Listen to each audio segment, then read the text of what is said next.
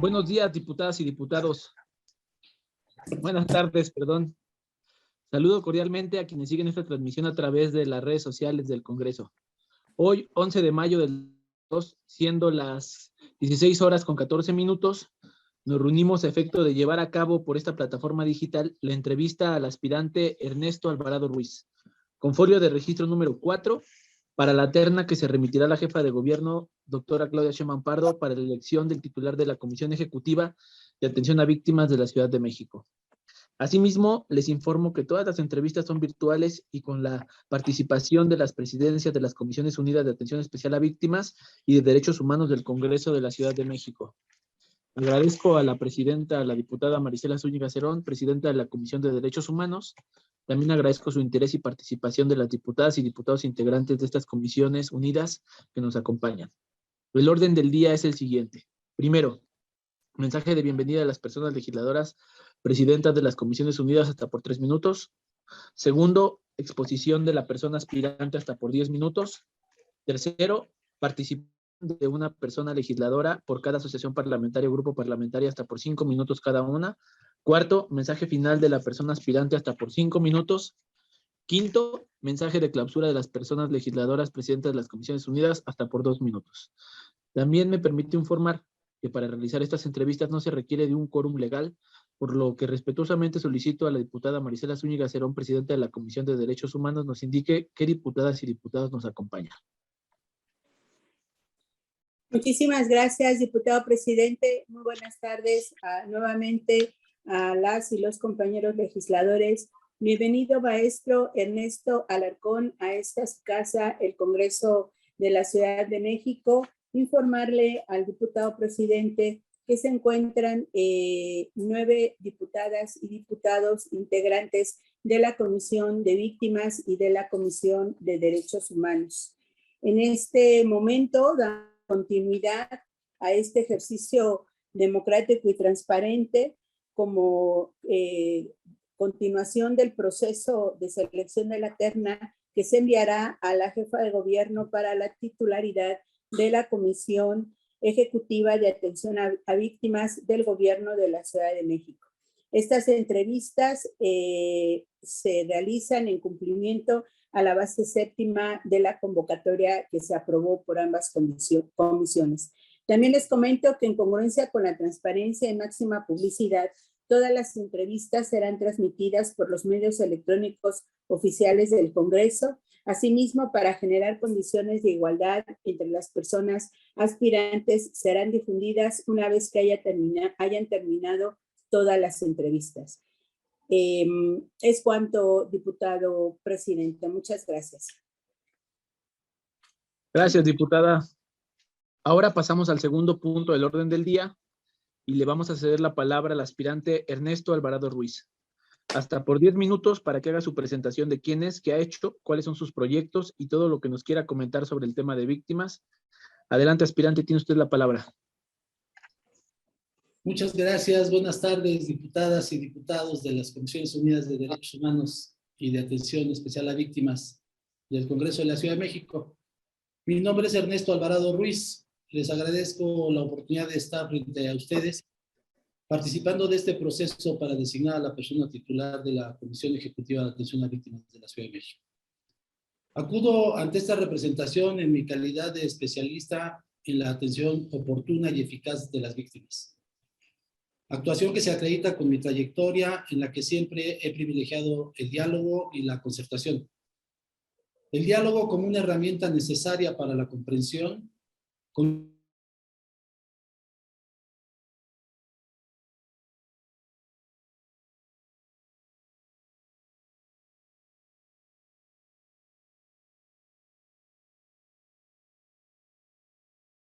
dispongo de una larga carrera como servidor público que ofrece resultados. He alcanzado cargos en alcaldías, anteriormente llamadas delegaciones políticas, en el gobierno central de la Ciudad de México, en el gobierno de la República, e incluso en espacios legislativos como el Honorable Congreso de la Unión durante un par de legislaturas. A lo largo de esta extensa experiencia de atención a la ciudadanía, en particular a las víctimas que han visto violentados sus derechos humanos, he podido desarrollar estrategias de asertividad y de empatía, a las que sin duda contribuye mi formación como profesional de la psicología, especializado en temas sociales y en temas educativos. He atendido a víctimas en diversas circunstancias, en nuestra ciudad, en nuestro país y en el extranjero. Esto último específicamente en casos de mexicanos migrantes que han sufrido distintas afectaciones en algunos estados de la Unión Americana. Recuerdo, por ejemplo, casos de detenciones arbitrarias por policías de migración, actuaciones extrajudiciales de órdenes de detención por parte de la Border Patrol, e inclusive un caso de homicidio agravado en contra de un compatriota humilde y trabajador que hubo de litigarse en la Corte del Estado de Alabama. Además, me he visto incorporado para atender responsabilidades, actuando con especial énfasis en condiciones de emergencia social, siempre con resultados favorables para los más vulnerables, coordinando amplios y variados equipos de trabajo, virtud que considero necesaria para hacer cumplir las tareas señaladas en la Ley de Atención a Víctimas, en particular en su capítulo 2, que hace alusión al sistema de los que corresponden al 79 al 111. Mi trabajo lo he realizado siempre haciendo valer los derechos humanos conculcados, consiguiendo medidas de reparación de daños de hechos victimizantes y generando condiciones para que las víctimas, sean estas directas o indirectas, puedan rehacer sus propios proyectos de vida en condiciones de dignidad y de justicia. En los años más recientes me he especializado en el estudio y en el manejo del contenido de la Ley de Víctimas, tanto la Ley General como la Ley de Víctimas para la Ciudad de México.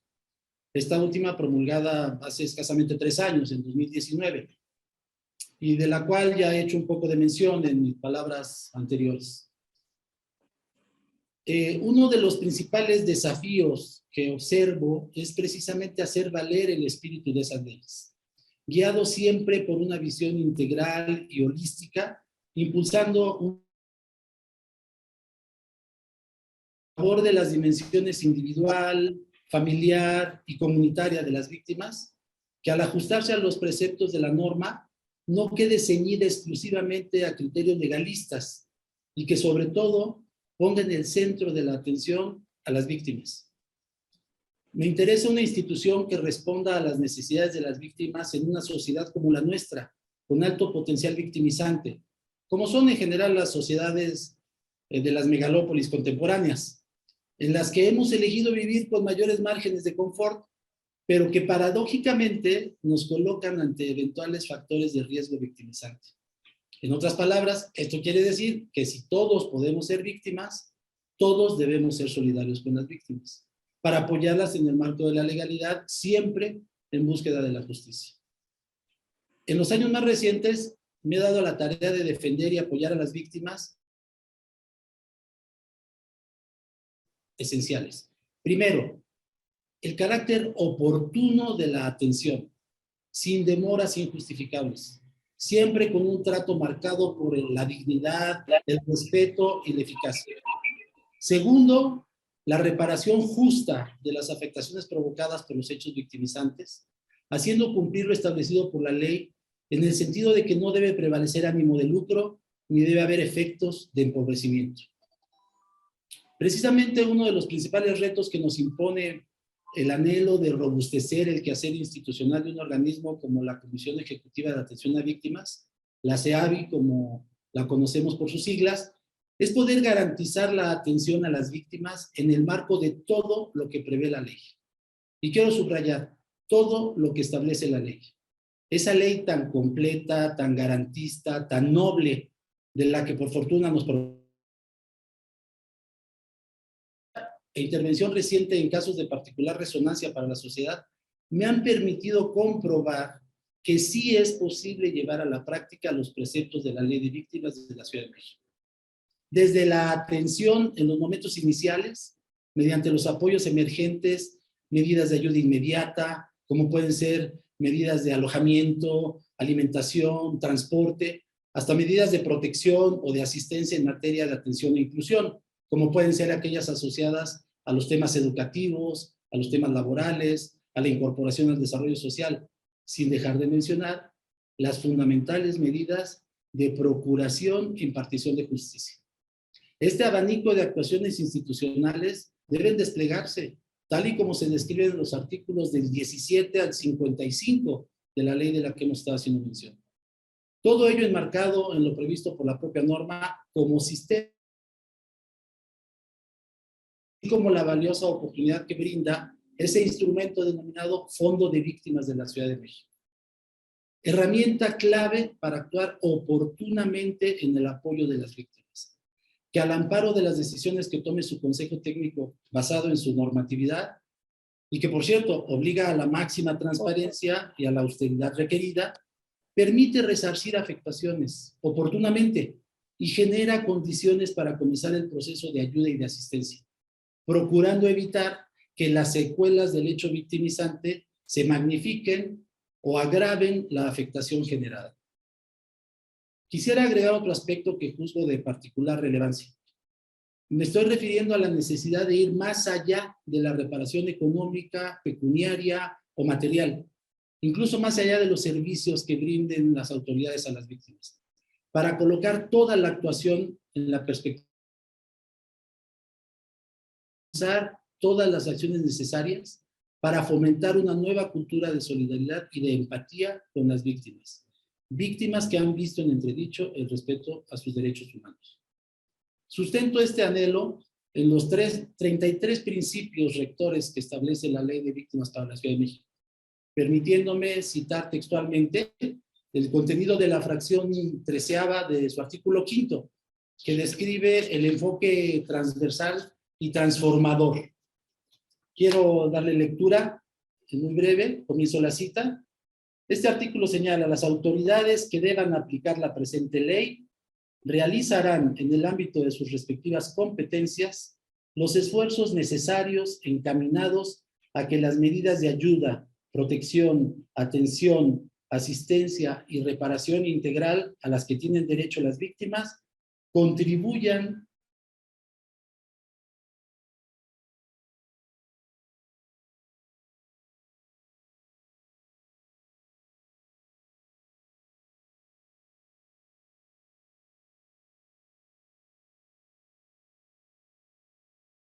víctimas para la Ciudad de México en materia de Maestro, que abarque medidas de restitución, rehabilitación, compensación, satisfacción y no repetición. Se vuelve imprescindible la sinergia de los esfuerzos entre todas las instituciones del sector público y la sociedad en su conjunto. Y para ello se requiere no solo buena voluntad, sino sobre todo mucha coordinación y capacidad de gestión, características que juzgo disponer. Les agradezco infinitamente su atención y reitero ante ustedes, que son nuestros representantes populares, mi absoluta disposición para emprender con energía y decisión las tareas asociadas a la conducción de la Comisión Ejecutiva de Atención a Víctimas de la Ciudad de México, con el convencimiento pleno de que en ningún momento una debe quedar en el desamparo. Seguiremos luchando para que así sea. Muchas gracias. Quedo atento a sus amables comentarios. Gracias, aspirante Ernesto Alvarado. Ahora, continuando con el tercer punto del orden del día, una persona legisladora por cada asociación parlamentaria o grupo parlamentario tiene hasta 5 minutos para intervenir, para hacer preguntas, comentarios y fijar posición. Por la Asociación Parlamentaria de Mujeres Demócratas, la diputada Xochitl Bravo.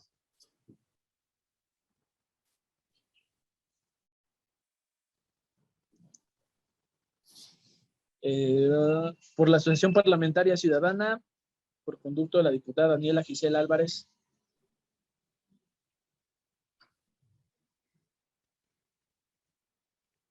Por el grupo parlamentario del PRD, el diputado Jorge Gaviño. Tiene la palabra por el grupo parlamentario de Acción Nacional, por conducto de su diputada Luisa Adriana Gutiérrez Ureña. Buenas tardes, buenas tardes. Buenas tardes, diputada. En especial quiero darle la bienvenida al maestro Ernesto Alvarado. Quiero dar la bienvenida también al resto de las personas que nos están viendo por redes sociales. Muy breve, maestro. Mire, yo le quiero contar una historia. El 3 de mayo del año pasado hubo un accidente terrible en la Ciudad de México. Yo consideraría una de las tragedias más grandes que ha ocurrido, toda vez que pudo haber sido evitable. Se hubiera podido evitar si se hubiera dado el mantenimiento necesario al metro de la Ciudad de México. En ese momento hubo una madre buscando entre las personas de este accidente a su hijo de 14 años, a un niño menor de edad.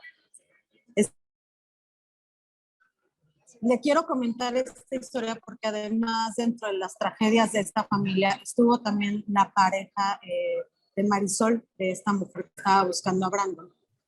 Y del gobierno de la Ciudad de México recibió una lamentable tercera herida, que fue el condicionarle el apoyo médico al esposo a cambio de que firmara una carta de no responsiva al gobierno de la Ciudad de México y a la empresa constructora del metro de la línea 12. Nada más ruin, nada más descarado y nada más duele en esta ciudad que se comporta así el gobierno de la Ciudad de México. Pero se lo quiero preguntar sobre todo porque a mí me preocupa una cosa que es algo que le he estado preguntando a todos y cada uno de los aspirantes a ser nombrados comisionados. ¿Cómo es que usted puede garantizar la autonomía, el trabajo independiente, más allá de conflictos políticos, un trabajo verdaderamente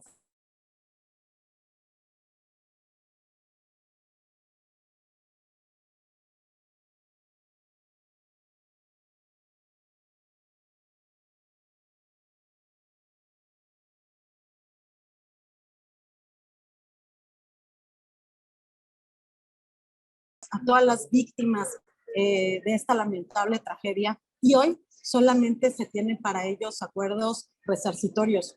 Muchos de ellos firmaron estos acuerdos resarcitorios sin saber que podían tener elementos por la vía penal. Creyeron que era la única solución que iban a poder tener para poder ayudarse así a sus familias. La verdad es que lo que le cuento es una verdadera tragedia que se está viendo en la Ciudad de México, que sigue doliendo, pero duele más incluso la impunidad en la que está viviendo el gobierno de la Ciudad de México y la jefa de gobierno que sigue hablando cada día queriendo políticas austericidas, porque no se trata de ser austero valiéndole la vida y la seguridad de las personas. ¿Cómo es que usted va a generar verdaderas reparaciones para las víctimas y que no solamente se quiera billetear el dolor ajeno y se quiera jugar con la negligencia de esta manera tan ruin y descarada?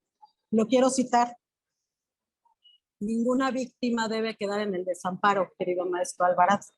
¿Cómo es que usted puede generar esto con estos antecedentes que hemos estado platicando? Es cuanto, presidente.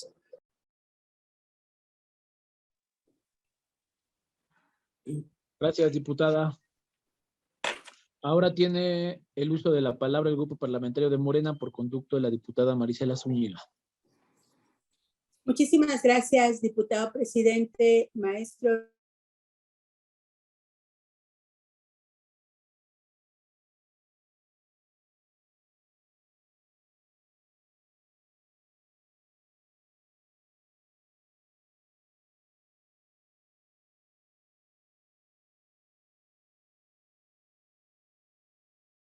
Las víctimas las tenemos que enfocar desde una visión integral y holística, no solamente es, ¿no?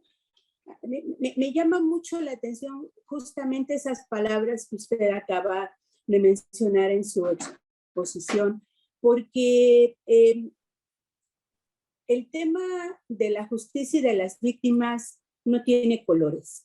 Y quien quiera poner el tema en una cuestión de colores o de conducta, pues está teniendo un tema que es una de las preguntas que yo le quiero hacer. En el sentido de querer hacer un tema de defensa hacia las víctimas, pues lo que hacemos es revictimizarlas, ¿no? Porque eso es lo que justamente con toda esta argumentación y querer nosotros ser juez y parte de un procedimiento que tiene justamente sus etapas, ¿no? pues estamos revictimizando a las víctimas. Y la otra cuestión que yo quiero plantear, ¿no? Es también lo que usted acaba de mencionar y que es parte de lo que a veces no se quiere comprender o no se quiere entender, que lo fundamental es poner en el centro a las víctimas, ¿no? En el centro de la justicia a las víctimas.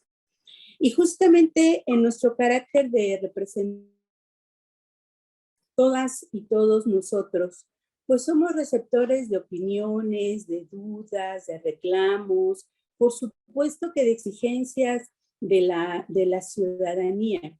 Y justamente en fechas recientes, pues hemos presenciado debates interesantes en torno al tema de las víctimas. ¿Por qué? Porque pensamos que el hecho de tener justicia es así nada más porque sí, pues meter a alguien a la cárcel, ¿no? Para eso, pues mucha gente pensaría que eso es justicia. Mi pregunta también sería no solamente en el tema de que con estos argumentos revictimizamos a las víctimas, ¿no? Sino también la otra pregunta sería, ¿por qué optar por estos modelos alternativos como una justicia restaurativa? ¿En qué beneficia en realidad a las víctimas esta nueva forma de ver y de centrar a las víctimas como el eje fundamental del tema de la justicia en nuestra ciudad? Por sus respuestas, maestro, muchísimas gracias y bienvenido. Es cuanto, diputado presidente. Muchas gracias. Gracias, diputada Marisela. Diputado Chávez, diputada Marisela. Dígame, diputado Urincho. Perdón, quiero hacerles una solicitud encarecidamente. Sé que no está en el formato, pero si me permitiesen poderle preguntar al maestro Ernesto Alvarado. Sé que está fuera de formato, pero si pudiese, diputada Marisela o diputado Chávez, si me permitan. Disculpa, pero sí ya vamos apretados en tiempo para la siguiente entrevista. Okay. Acuérdate que tenemos otra. Les hacemos llegar el formato para que nos digan quién es el que va a tomar la palabra. Si gusta, la puede tomar en la siguiente entrevista, diputado. Ok, pendientes. Gracias, diputado. Gracias a todas las personas legisladoras de estas comisiones unidas. Ahora, con relación al cuarto punto del orden del día, corresponde dar un mensaje final al aspirante Ernesto Alvarado Ruiz, hasta por 5 minutos. Adelante, aspirante, tiene usted la palabra. Muchísimas gracias, diputado. Gracias a las diputadas por sus comentarios. Atendiendo justamente al factor del tiempo, me veré en la necesidad de tratar de ser muy sucinto en las explicaciones, ofreciéndoles, si ustedes me lo permiten, la posibilidad de tener los encuentros necesarios para poder aclarar dudas, porque identificar intervenciones, una información alejada de la realidad, porque tenemos que estar claros que lo que se ha hecho en torno al incidente que mencionó la diputada significa que ninguna de las personas quedó en el desamparo. Todas las personas que participaron de ese acontecimiento han sido atendidas de manera múltiple, diferenciada, conforme a lo que establece la propia ley, pero con mucho gusto podemos reunirnos o mandarles la información como ustedes me lo indiquen. Y quisiera centrar un poco más esta parte final de mi intervención acerca de lo que la diputada mencionaba respecto a los esquemas de justicia restaurativa, porque es muy importante que la sociedad en su conjunto, incluyendo, por supuesto, los órganos de gobierno, los espacios de representación popular, la academia, los colectivos, los ciudadanos comunes y corrientes, por llamarles así, estos esquemas que las leyes mexicanas tienen previstos para atender cierto tipo de ilícitos o cierto tipo de posibles delitos. Estamos hablando de las modalidades de justicia alternativa, que no es un invento, es una realidad que está plasmada en la ley y que ha demostrado su eficacia, sobre todo en casos de víctimas. ¿A qué me estoy refiriendo? A eso que la diputada bien nos señalaba de una modalidad de emprender acciones de justicia restaurativa que pongan en el centro la atención de la víctima antes que el factor punitivo de la ley. La justicia tradicional que conocemos, la justicia punitiva, hace énfasis en la sanción, hace énfasis en incluso la eventualidad, la sentencia de privar de su libertad a alguien mediante el encarcelamiento. Pero existe la creencia de que ese es el único modo a través del cual se accede a la justicia. Y sucede que cuando se empeñan los esfuerzos por esa ruta, las víctimas quedan colocadas necesariamente, obtienen los medios para poder rehacer sus proyectos de vida, sino al contrario, son sometidos a juicios muy largos, extenuantes, fatigosos, desgastantes, en todos los sentidos, físico, psicológico, financiero, y al final de cuentas llegan sentencias que pueden resultar favorables para una parte o para la otra, como toda controversia judicial. Y los modelos de justicia restaurativa, al poner en el centro de atención a la víctima, permiten acceder a mecanismos de reparación anticipada, lo cual es muy valioso, porque debemos de reconocer que las víctimas, al estar en una condición de vulnerabilidad producto de un hecho victimizante que les cambió súbitamente la vida, requieren de todo nuestro respaldo a la brevedad posible, a efecto de poder rehacer su proyecto de vida y evitar que las secuelas derivadas del hecho victimizante agraven su situación. ¿Cuántos casos hay de gente que tiene un problema y derivado de eso pierde su empleo, su familia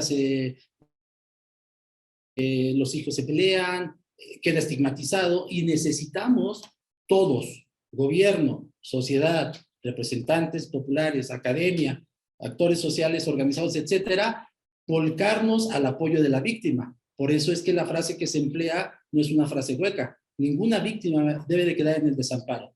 Y haciendo una actuación oportuna podemos, como en este caso que mencionaba la primera diputada, en menos de un año estar hablando de procesos resarcitorios en menos de 10 meses a partir de que sucedió un incidente.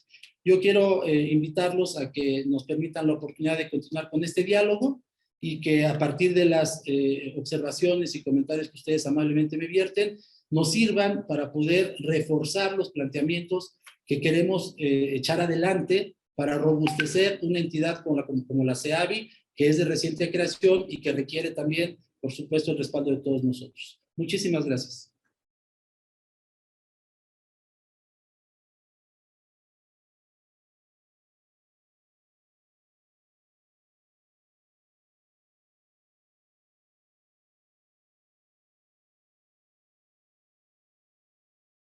Para que clausure, sí le haría un llamado a todos los diputados que están ahorita conectados, que por favor nos acompañaran a las siguientes 2 entrevistas que hacen falta.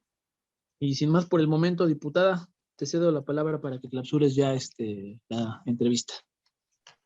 Muchísimas gracias, diputado presidente.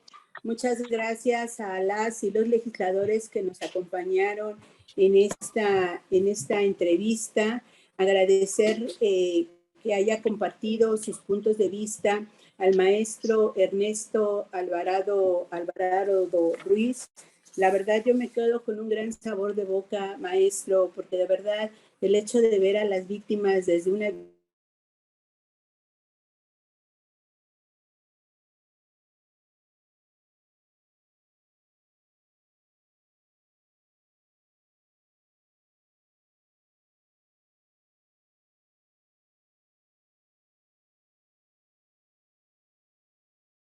requiere. Muchas gracias, compañeras y compañeros legisladores. Y como lo hemos comentado, este es un ejercicio democrático, es transparente y en igualdad de circunstancias para las personas aspirantes.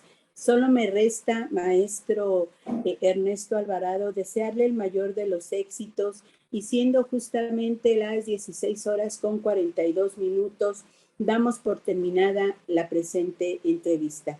Muchísimas gracias a todas y a todos ustedes. Nos vemos en un ratitito, compañeros. Muchas gracias.